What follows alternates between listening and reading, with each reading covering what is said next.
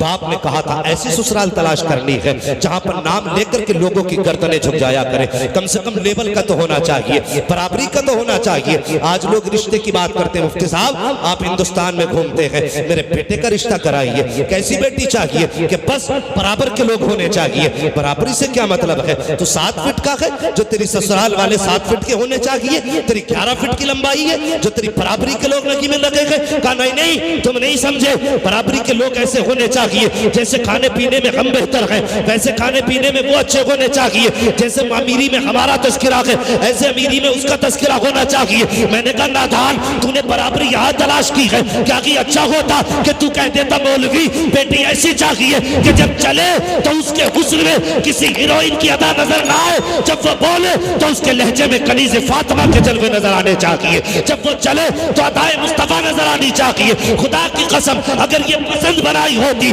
तो घरों में झगड़े नहीं होते, आफतें नहीं आती, दरवाजा तेरा होता, कदम तेरी बीवी का होता, रहमत खुदाए वहदहू ला शरीक की उतरना शुरू हो जाए। नारे तकबीर, नारे रिसालत, नारे गौसियत, मसलके आला हजरत अल्लामा मुफ्ती हम्माद रजा साहिब किबला, नारे तकबीर, नारे रिसालत। हाँ भाई अपनी जिंदगी का इंतखाब बेहतर करो। सबसे बड़ी गलती हम ये करते हैं, मगर सोचो तो सही, हमने दौलत को देखा, शोहरत को देखा, रिश्ता करने के टाइम बड़ी अजीब चीज देखी जाती है। लड़की से पहले उसका मकान देखा जाता है, पहले देखा जाता है इसके मकान में ईंट कितनी लगी है, इसके मकान में सामान कितना लगा है, देखो तो सही मोहल्ले में कितनी ऊंचाई का मकान बना है। पहले हम बिल्डिंगें देखते हैं और खुदा की कसम ये नजरिए बदल दो, अपने नजरिए बदल दो। घरों में सुकून चाहते हो तो सबसे पहले ये देखा करो जिस बच्ची को घर में ला रहे हैं वो कनीज़े फातिमा है कि नहीं, उसे कुरान आता है कि नहीं, उसे दीन आता है कि नहीं। मैंने कई जगह देखा का मौलाना बच्ची को एमए करा रहा हूँ, बीए करा रहा हूँ, किस लिए का लोग पूछते हैं क्या पढ़ा है, कितना पास की है, कितनी डिग्रियां इसके पास हैं। मैंने कहा जरा ठंडे दिमाग से सोच, खुदा की कसम आज पूरी दुनिया के अंदर मैं चैलेंज करने जा रहा हूँ। तुमने अखबारात पढ़े होंगे, न्यूज देखी होगी, हेडलाइन से देखी होंगी, हमारी मुस्लिम बेटियां गैर मुस्लिमों के साथ जा रही हैं। मुझे एक बेटी ऐसी बता दो जो मदरसे के पढ़ने वाली हो और किसी गैर मुस्लिम के साथ गई हो, जो मदरसे में तालीम याफ्ता हो और किसी गैर मुस्लिम के बिस्तर की रौनक बनी हो। जितनी बेटियां गई है, कोई स्कूल की पढ़ने वाली है, कोई कॉलेज की पढ़ने वाली है, कोई यूनिवर्सिटी की पढ़ने वाली है। और खुदा के वास्ते मैं दावे के साथ कहता हूं अगर बेटियों की आखिरत संवारना चाहते हो, मैं तालीम का मुखालिफ नहीं हूं, मैं तालीम का इख्तिलाफ तालीम से इख्तिलाफ नहीं रखता, लेकिन ये कहता हूं कि बेटियों को दुनिया की तालीम बाद में देना, दीन की तालीम पहले दे दो, इसलिए कि अगर उसका कदम बहकेगा तो वो दिमाग लगाएगी, अगर कदम बहका तो बाप की इज्जत चली जाएगी, कदम बहका तो बाप की आबरू चली जाएगी, अगर गलत कदम उठाया तो भाई रुस्वा हो जाएगा, अगर मैंने गलत फैसला किया तो खानदान की इज्जत चली जाएगी। ये कब होगा? ये तब होगा जब बेटी को कनीज़े फातिमा बनाया जाएगा, मुस्तफा की शहजादी की तालीम से जोड़ा जाएगा। अगर तेरी बेटी कुरान की कारिया बन गई तो कोई बाप रोएगा नहीं, बल्कि गरीब बाप भी फख्र से कहेगा कि मेरे घर में जो बेटी आई है इस बात पे मुझे शर्म नहीं आती, बल्कि मुझे फख्र है, मैं कार्य कुरान बेटी का बाप बना करके दुनिया में भेजा गया। जिंदाबाद जिंदाबाद, बहुत अच्छे भाई, जिंदाबाद। कि अपनी बेटियों को पढ़ाओ। हमारे मिजाज देखो, बहुत अच्छे। हमने कहा एमए कराएंगे, बीए कराएंगे, बीएड कराएंगे, वो मर्जी है तुम्हारी। मैं अक्सर कहता हूँ तालीम औरतों की जरूरी तो है, मगर खातून खाना हो वो सबा की परी ना हो। अपनी बेटियों को कनीज़े फातिमा बनाओ, कनीज़े फातिमा बनाओ, इन्हें दीन की तालीम दो। अब वो दौर नहीं रह गए कि कौन सा एमए पास है, कितनी डिग्रियां इसके पास है। सबसे पहले ये पूछ इसे मुस्तफ़ा का दिया हुआ कुरान आता है कि नहीं। सबसे पहले ये पूछ इसे हुजूर की हदीस आती है कि नहीं। दावे के साथ कहता हूं जिन घरों के अंदर कुरान पढ़ने वाली बेटियां आती हैं उन घरों में बलाएं नहीं आया करती। आज जाकर के देखो कौन से मजार पे भीड़ नहीं है, ऐसी लुटेरे बैठे। अगर दिमागी तवाजुन खराब है तो कह रहे इस पे 6-6 सवार है, उसने ठेका ले रखा है, जितना चाहता किताब खोल के निकाल देता, 12 का असर है। ओ भाई अगर घरों में सुकून चाहते हो, अरे कितने घर तुम्हें बताएं जो गलत बहुओं की वजह से वीरान हो गए। हाँ बुरा मत मानना अगर कोई इस मर्ज का शिकार हो तो, इल्ला माशाअल्लाह किसी एक पे असर हो गया, ये कि 100 की 100 बीमार है तो 100 की 100 पे असर है। घर के घर तबाह हो गए। और सीधा साधा आदमी अगर मियाँ ने कह दी कि 40 जुमेरातें आनी है तो नमाज छूटे, जुमा छूटे, हज छूटे, ज़कात छूटे, ये सब छूट जाए। मियाँ का कहना हुआ कही हुई बात नहीं छूटनी चाहिए। इसे जाना है 40 जुमेरातों तक, चिराग भी जला रहा है। हाँ 40 जुमेरातें यहाँ गुजारनी है। वो अल्लाह के बंदे में दावे के साथ कहता हूँ, तुझे मियाँ ने कहा था ना 40 जुमेरातें यहाँ गुजारनी है, और तेरे घर में कितनी भी बड़ी बला थी ना, तो 40 दिन अल्लाह के घर मस्जिद में गुजार देता। सिर्फ मस्जिद में 40 दिन गुजार दे, खुदा की कसम मियाँ का दिया हुआ तावीज़ उतना सुकून नहीं दे सकता जितना सुकून अल्लाह के घर में 40 दिन तेरी नमाजें पढ़ना तुझे दे सकते हैं। किस जगह पे चले हैं हम, कहाँ जा रहे हैं हम? दीन से दूर हो गए, बहुत दूर है तालीम से हम। अजी चलो तुम ही बना लेना मुला। और कुछ तो ये कह देते हैं कि साहब इन्हें क्या करेंगे पढ़ा के, बेटी तो पराया धन है, बेटी पराया धन है। मुझे एक बात बताइए, जब ये तुम्हारे घर में पैदा हुई तुमने कहा पराया धन है, जब ससुराल गई तो उन्होंने कहा ये पराए घर की है। मुझे ये फैसला करके बताओ इस बेटी का अपना घर कौन सा है? ये भी तो दुनिया में इंसान बन के आई है, इसका भी तो अपना हक था। बाप ने कहा पराया धन, ससुराल वालों ने कहा पराए घर से आई है। 18 साल तक ये सुनती रही इसे पराए घर जाना है, और बाकी की जिंदगी के साल इसने ये सुन के गुजार दिए कि ये पराए घर से आई है। मुझे फैसला करके बता इसका अपना घर कौन सा है, बताया जाए। क्या इस बेटी को कोई घर दिया कि नहीं? हमने ये सोच करके बेटियों को नहीं पढ़ाया, क्या करेंगे पैसा खर्च करके, ये हमारे किस काम आएंगे, ये सोच करके बेटियों को तालीम नहीं दी। और तुमने 10-10 लाख बेटों की तालीम पे लगाए, क्या सोच करके कि ये बुढ़ापे का सहारा बनेगा, बुढ़ापे में हमारे काम आएगा, इसलिए 10 लाख लगाए हैं। इसलिए तुमने 10 लाख उसको डिग्री कराने में लगाए, बेटी को 1 लाख रुपए लगा करके पढ़ा ना सके, ये सोच करके ये पढ़ेगी तो पराए घर चली जाएगी, हमारे किस काम की है। अगर तेरी समझ में ये बात नहीं आई हो तो सुन, आज मैं बताना चाहता हूँ, अगर बेटा तेरा बुढ़ापे का सहारा होता है तो सुन, बेटियां आखिरत का सहारा हुआ करती है। मेरे हुजूर ने फरमाया तेरी बेटियां तेरे और जहन्नम के दरमियान एक दीवार बन जाएगी। अगर तू जहन्नम में जाएगा तो बेटियां हाथ पकड़ के तुझे जन्नत के दरवाजे तक लेके चली जाएगी। वाह जिंदाबाद, नारे तकबीर, नारे रिसालत, नारे गौसियत, मसलके आला हजरत, फैजाने आला हजरत अल्लामा मुफ्ती हम्माद रजा साहिब किबला, नारे तकबीर, नारे रिसालत। बहुत अच्छे, जिंदाबाद। हमने इतना जुल्म किया बेटियों के साथ, आज रो रही हैं बेटियां, रो रही हैं आज बेटियां। बाप भी जाहिल था, माँ भी जाहिल थी, इल्म की कदर दोनों ने नहीं जानी। अगर तुम चाहते हो ना आने वाली नस्लें बेहतर हो तो खुदा की कसम उन बच्चों को गोदें अच्छी दे दो। अगर गोदें अच्छी होंगी तो नस्लें भी अच्छी होंगी। हाँ, जिस तरह अच्छी फसल के लिए अच्छी जमीन जरूरी होती है, उसी तरह अच्छी नस्ल के लिए अच्छी माँ जरूरी होती है। ये याद रखना, अच्छी नस्ल के लिए अच्छी माँ जरूरी है। अगर तुम्हारी बेटी ने सिर्फ 2 साल भी मदरसे में गुजारे होते ना, और बच्चा रोता ना, तो वो मोबाइल बजा के गाना बजा के कान पे न रखती, कम से कम इतना तो करती कि गाने की जगह मुस्तफा की नात लगा देती। लेकिन पूरी जिंदगी बाप के घर नाटक देखते रही, सीरियलों में जवानी गुजर गई, जब बच्चा रोया फिर गाना लगा के दे दिया।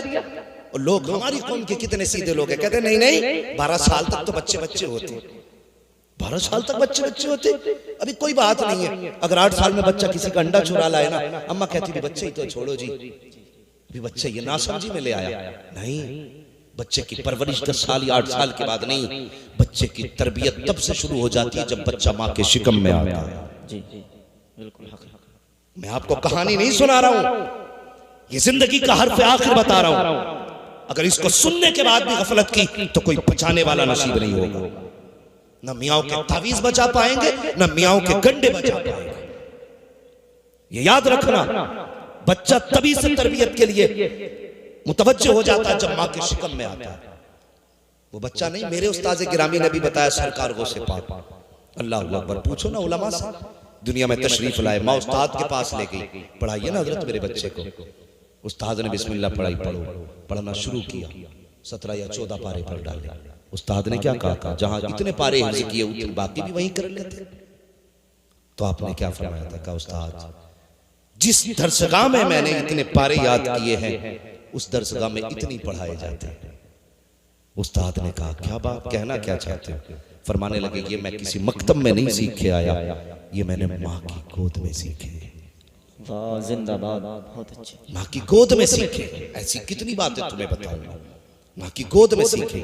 इसलिए मैं कहता हूं अगर नस्ल अच्छी चाहते हो तो गोदे अच्छी दो। हाँ, अगर बेटी कुत्ता बिल्ला पढ़ के आएगी तो तेरे बेटे को कुत्ता बिल्ला पढ़ाएगी। अगर माँ कुरान वाली होगी तो बेटे भी कुरान वाले होंगे।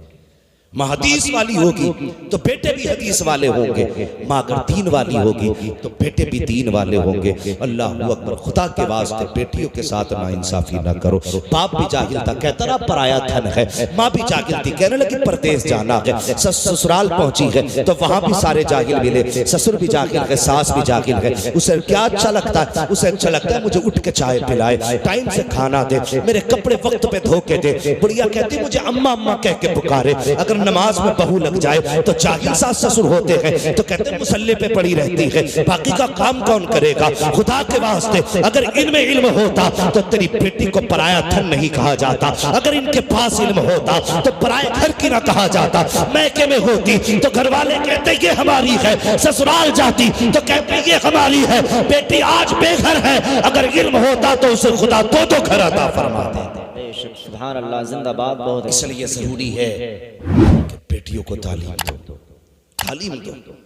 हजरत मुफ्ती साहब किबला के इलाके में, मेरे उस्ताद गिरामी के इलाके में आज चले जाइए, घोसी बस्ती इधर साइड में आप चले जाइए, इतना अच्छा माहौल है। वहां बेटियों को जायदाद में हिस्सा दिया जाता है। लेकिन जानते हो इलाका कैसा है? वो उस घर में हर घर के अंदर आलिमाएं मौजूद है। अगर किसी को खुदा ने 7 बेटियां दी है ना तो सातों की सातों आलिम है। 5 भाई है तो पांचों के पांचों आलिम है। इतना अच्छा माहौल, जब उस इलाके में जाओ ना ऐसा लगता है जैसे मुस्तफा के मदीने की बहारें नजर आ गई। ये इल्म की बरकतें हैं। लेकिन यहाँ तो इल्म से मतलब ही नहीं है। ना बेटे को पढ़ाया ना बेटी को पढ़ाया। कुत्ता बिल्ली पढ़ाया तो वो बाप की जायदाद को माले गसब समझ के ना उस पर बैठ जाता है। हाँ, ये अब्बा का माल है तो फिर मेरा। ओ भाई, शरीयत ने बेटियों का भी हक रखा है। तुमसे गुजारिश करूंगा, पूछो मुफ्ती साहब किबला से, पूरे इलाके को फतवे हजरत अता फरमाते हैं अपने कलम से। पूछो हजरत से, अगर बेटों का दुगना है ना तो एक हिस्सा बेटी का भी है। देते हैं हम लोग? नहीं। कयामत के दिन पकड़ होगी एक एक की, चाहे कितना बड़ा हाजी नमाजी क्यों ना हो। अगर बेटी का हक खा के गया है ना उस वक्त तक बख्शा नहीं जाएगा जब तक बेटी का हिसाब नहीं ले लिया जाएगा। देते हैं हम लोग? बिल्कुल नहीं। बस इंतजार करते हैं। अब्बा कहता ना इसे संभाल बेटे, नाराज ना हुआ कर बहन पे, ये 18 साल की मेहमान है, फिर चली जाएगी तो ये लौट के नहीं आएगी। और खुदा के वास्ते बाप हया कर, जब तू बेटों को जायदाद बांटा करे ना तो जहां बेटों को तूने 2 कमरे दिए हैं, एक कमरा बेटी को भी दे दिया कर। इसलिए कि जब ये ससुराल से वापस आया करे तो इसे तेरा मेरा मुंह देखना ना पड़ा करे। इसका जब तूने 1 कमरा घर में दिया होगा तो जब आएगी ना तो फख्र से सर उठा के आएगी कि तुम्हारी जायदाद में नहीं आ रही हो, मैं अपने उस मकान में आ रही हूं जो मेरा बाप मुझे दे करके गया है, जो मेरे बाप ने मेरा हिस्सा मुकर्रर किया है। मैं अपनी जायदाद में आ रही हूं। कभी बेटियों के साथ ना इंसाफी ना किया करो, इन्हें कमजोर ना जाना करो, बेटियों के साथ उनका हक ना खाया करो। अल्लाह तौफीक दे तो बेटियों का हक अदा किया करो। बेटियां पैदा हो तो चेहरे उतर जाते हैं, कहते नहीं बेटा होगा तो इसे डॉक्टर बनाऊंगा। बेटी पैदा हुई तो काम काज में लगा दिया। कितने तुमने मीठा जहर बेटियों को दिया, उसको पूरा जिंदगी तुम उससे घर की सफाई कराते रहे, उससे बिस्तर उठवाते रहे, बिछवाते रहे, तुम्हारे कपड़े धुलती रही, कभी उसकी जिंदगी और मुस्तकबिल के बारे में नहीं सोचा। तुमने बेटियों के साथ कितनी बड़ी नाइंसाफी की है। तुम्हारे चेहरे उतर जाते हैं बेटियों की पैदाइश में, और मुस्कुरा दिया करो। अगर बेटे पैदा होते हैं तो खुदा की कसम वो बुढ़ापे की लाठी बन करके आते हैं। जब बेटियां आती हैं तो रिस्क का सहारा बन के आती है, जन्नत का टिकट बन के आती है, आखिरत का परवाना बन के आती है। बेटियों को देख करके चेहरे न बिगाड़ा करो। बेटी कितनी बड़ी नेमत होती है, कभी तुमने सोचा ही नहीं है। अल्लाह अकबर। जब मेरे हुजूर के आंगन में सैयदा तैयबा ताहिरा आबिदा जाहिदा हजरत फातिमा ज़हरा तशरीफ लाई है, आपकी चच्ची मेरे हुजूर की चच्ची दौड़ करके आई, कहती या रसूल अल्लाह मेरी ख्वाहिश थी कि इस बार बेटा होता, मैं आपको बेटे की खुशखबरी देती, हुजूर आप मुझे इनाम से नवाजते। कहा क्या हुआ? कहा लेकिन क्या करूं, खुदा ने आपको चौथी बेटी अता फरमाई है। मेरे हुजूर अपनी जगह से उठे और अपनी चच्ची का इस्तकबाल किया, फरमाने लगे चच्ची क्या सोच के आई थी? कहा ये सोचा था अगर बेटा पैदा होगा मैं खुशखबरी दूंगी, मुस्तफा मुझे इनाम से नवाजेंगे, अब खाली हाथ जाना पड़ेगा। मेरे नबी ने फरमाया चच्ची खामोश हो जा, अरे बेटे वाले क्या देते हैं जो तुझे बेटी वाला देने वाला है? तूने मुझे फातिमा की खुशखबरी दी है, जा मैं तुझे जन्नत का परवाना अता कर रहा हूँ। जिंदाबाद, नारे तकबीर, नारे रिसालत, नारे गौसियत, मसलके आला हजरत, फैजाने आला हजरत अल्लामा मुफ्ती हम्माद रजा साहिब किबला, नारे तकबीर, नारे रिसालत, जिंदाबाद। बहुत अच्छे। उसकी पैदाइश में चेहरे क्यों बिगड़े? सिर्फ यही कसूर है ना बेटी है, यही खता थी ना उसकी कि वो एक बेटी बन के पैदा हुई, तेरे साथ कांधे से कांधा मिला के लड़ नहीं सकती। लेकिन सुन, खुदा की कसम जब बेटे साथ छोड़ जाते हैं तो बेटियां साथ निभाया करती हैं। लिख लेना और जाओ अपने पूरे गांव में सर्वे कर लो, प्रधान से लेकर के चौकीदार तक, जमादार से लेकर जमींदार तक जाओ, जाकर के देखो जिसे भी बेटों ने छोड़ा है उसे बेटियों ने सीने से लगाया, बेटियों ने सीने से लगाया। और भाइयों से गुजारिश करूंगा तुम ये मत समझना बेटियों की तालीम पे खर्च होगा तो हमारा जाएगा, तुम नहीं जानते जब बेटा पैदा होता है फरमाता जा अपने लिए भी कमा, अपने माँ बाप के लिए भी कमा, लेकिन जब बेटी आती है तो रब फरमाता जा मैं तुझे भी दूंगा, तेरे सदके में तेरे माँ बाप को भी दूंगा। ये बेटी होती है।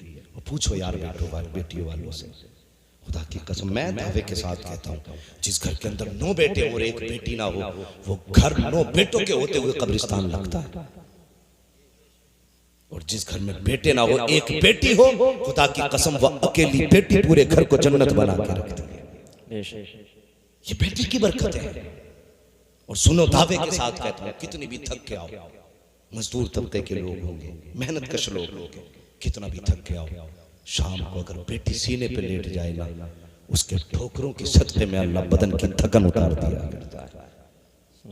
लेकिन हमने बेटियों के साथ ना इंसाफी पैदाइश से की है। बेटी पैदा हुई ना तो दादा का मुंह बिगड़ गया, फोन करके सुन रहे तेरे घर में बेटी आई है, क्या हुआ तुझ पे पहाड़ गिर गए कि ख्वाहिश थी पोता है, वाह मांग पोते सजदों में यही जूते मारेंगे।